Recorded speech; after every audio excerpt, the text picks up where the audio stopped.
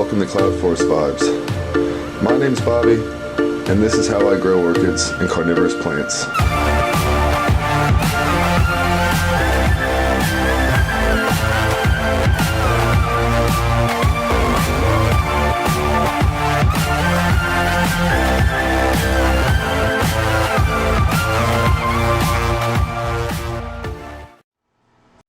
Hello and welcome to Cloud Forest Vibes.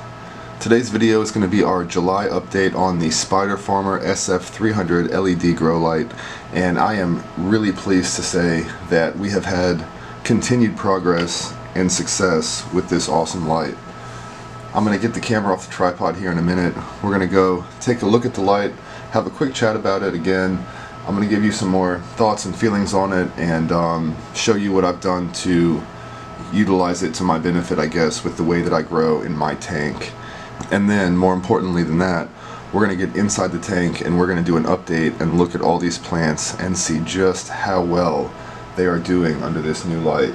I am pleased to say that I've got lots and lots of progress that I do not think I would have, honestly, without this light. I've got plants that are recovering, that are doing really, really well, which is the ones I really want to highlight in this, because I've struggled with some plants for quite a while. And I had a last-ditch effort of throwing them in the tank, which has always been successful for me. However, I really do truly think that this light has brought another level of rescue ability, if nothing else, in this tank, as well as helping plants that have been stalled, helping plants that have been declining, and things like that bounce back to health and just do really well. So really, really impressed so far. That's my initial thoughts. If you guys don't watch any more of this video, know that I am actually truly really pleased with this light. And if you guys are a tank grower like me or a tent grower, this light has extreme potential for anybody who's looking for a very budget friendly light that has lots and lots of power and will get really good quick results from plants. I can only imagine what this would do with other crop style plants and things like that. I think it has unlimited potential, honestly, for growing all sorts of plants, but for orchids so far, for me, it is a win 2 months in. So anyhow, like I said before, let's go ahead and get the camera off the tripod. First, we're going to take a look at this light again, like I said, and kind of how I've utilized different aspects of it and other things in my grow space to accommodate my plants, and then we'll go ahead and take a look at the plants to see just how well they're doing. Okay, so here is the fixture itself, and here is how I have it mounted. Again, I just have some J-hooks and some drywall anchors or sheetrock anchors, and it comes with this suspending kit that you can easily adjust, and that is something I have had to do. I had this light originally a few more inches closer to the top of my orchidarium here, and I started to notice that it was too much light for the orchids, especially that were growing in the very top of the tank, because I do have, as you noticed before, a very tall tank as opposed to a very wide tank. So light levels for plants are, you know, varied for sure. I have lots of shadier growers down here, you know, the medium light levels, the higher medium light levels, and then the downright highlight loving ones very much up top. But what I've also had to do, as I mentioned in my last update, was add a little bit of shade cloth actually to the back half of the tank. What it does is it actually throws a nice shade line kind of down the middle of the tank. You can kind of see it here if you look at the white board on the side, the egg crate, and you can kind of see where I have another shade zone now. So that's like very bright shade. The stuff up front is darn near full sun, very, very, very bright light. And as you go down, of course, it gets lower in the light gradient. But again, it is now split front to back. So the highest light is in the front going down. The highest light again is in the back at the top, but going down. So we have now very much, in my opinion, 4 to 6 clear lighting zones in one tank, which is absolutely awesome. Anybody who grows in a tank knows that one of the most limiting factors can be the fact that it's very hard to grow different light zones. You got to do a lot of manipulation or different lighting, different light levels with different lights, yada yada yada. So this is a really easy way to do it. Again, you can raise or lower the light until you can find a happy medium where the light wants to be, where the plants are pretty happy. And again, the use of some really cheap, this is just really cheap Amazon shade cloth.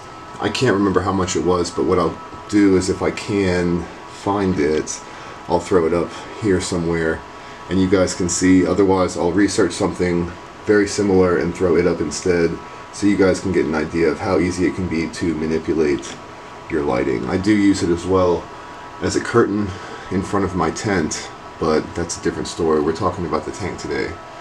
Anyhow, the lighting itself, needless to say, very bright, very strong. I'm not going to blind you by showing you the LEDs again. I did that in my first video, and I don't think we need to do that again. So what I will do now is drop down here, and we are going to go ahead and delve into the plants in the tank and have a chat about them. And I will show you. If you guys haven't already seen it somehow, we're going to dive right into the top layer here. This is my Cuthbertsonii collection, or Cuthbertsonii hybrid collection, and Cuthbertsonii that I have. This is the only species. These two are hybrids. This is my newest one.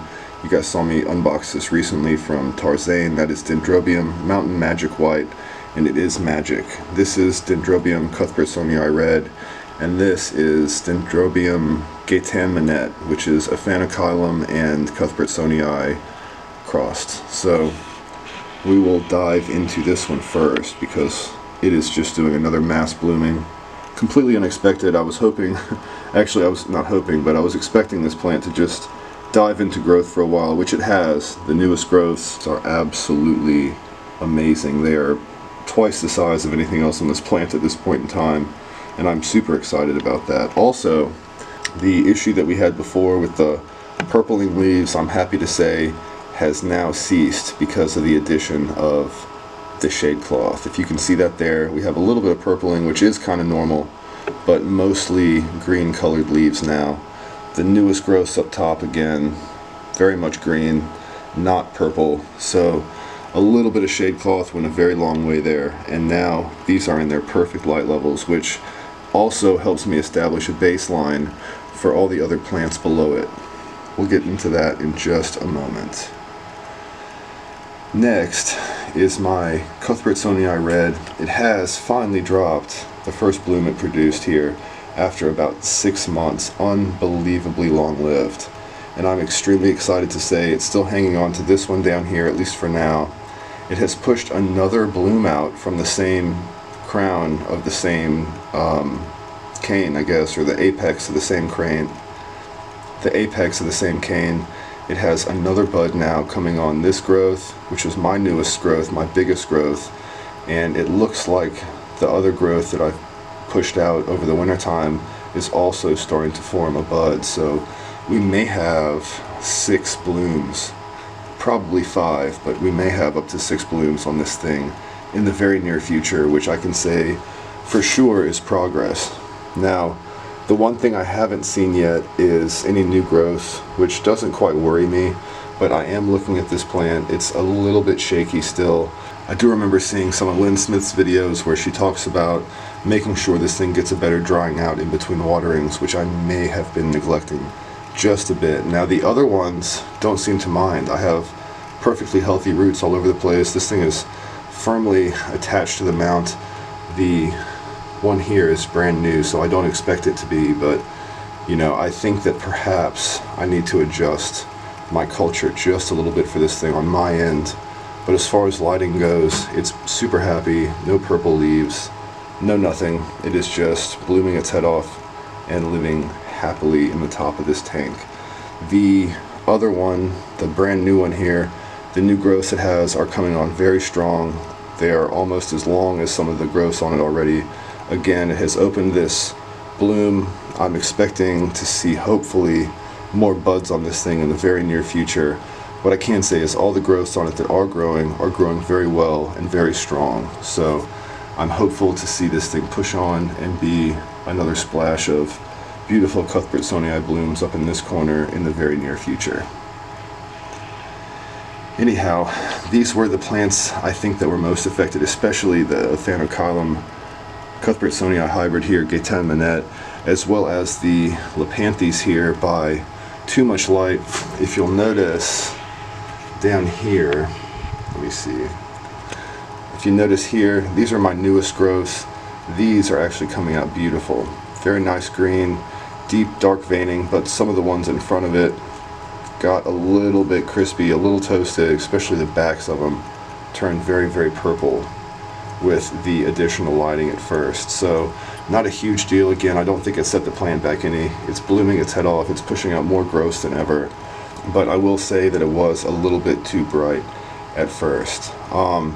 Same thing goes for my Sherry Bridingham down here. You can see in the back there's some very purple growths. Oop, terrible, maybe you can't see it. I'm still bad at filming sometimes, guys. So you can probably see the purple growths now versus the new ones that are a nice healthy green color.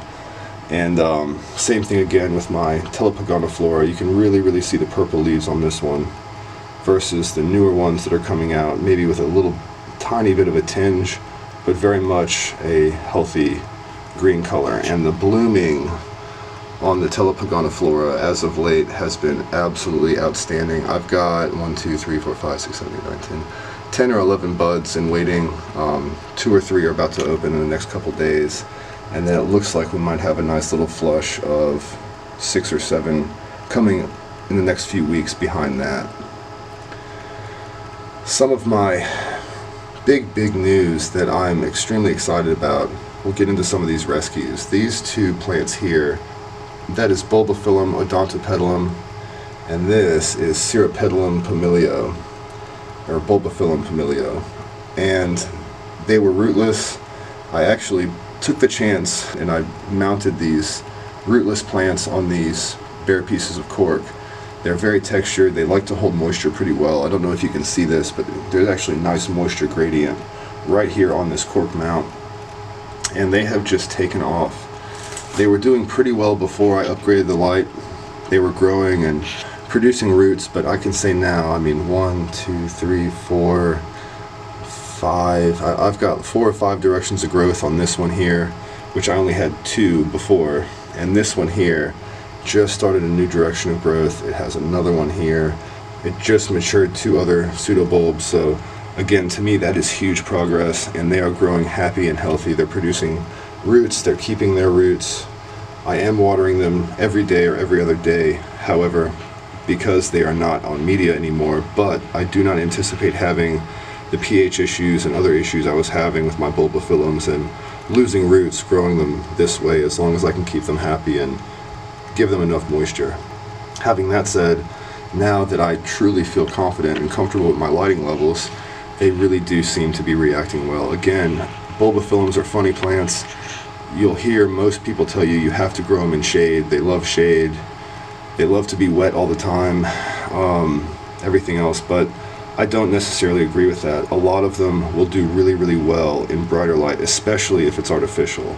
So please keep that in mind if you're having issues with Bulbophyllums, and they don't always have to have their roots in media. If you look at a lot of in situ pictures or pictures of these plants growing in the wild, you'll see that a lot of them grow on bare bark. That's just how they are. So if you have enough time to give them a proper water schedule for their needs, then I guarantee you these plants can grow pretty much however you want them to grow.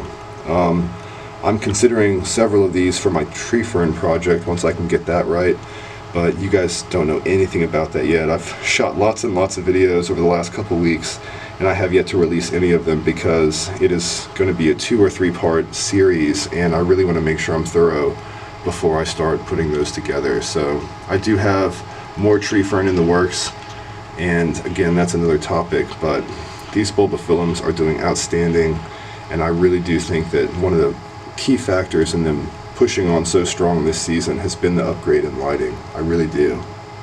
Another really awesome success story as far as rescues go is this guy. This is my Pleurothallis rostratissima, or Cypridioides. It's a really neat one. This is my fuzzy clog bloom. I will put some pictures up on the screen over here so you guys can see, because it is very special.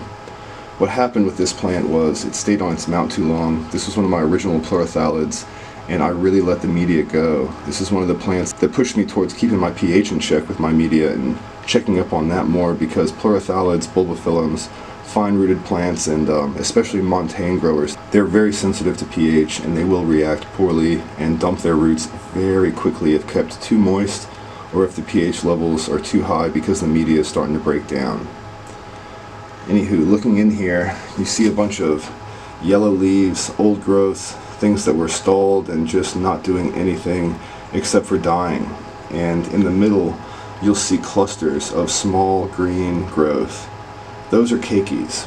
Pleurothallids are very prone to keiki, especially when they're not happy. So guys, if you grow pleurothallids and you notice that they're starting to throw a whole bunch of keikis, typically that's a big sign that they're not happy. Something's going off in the media.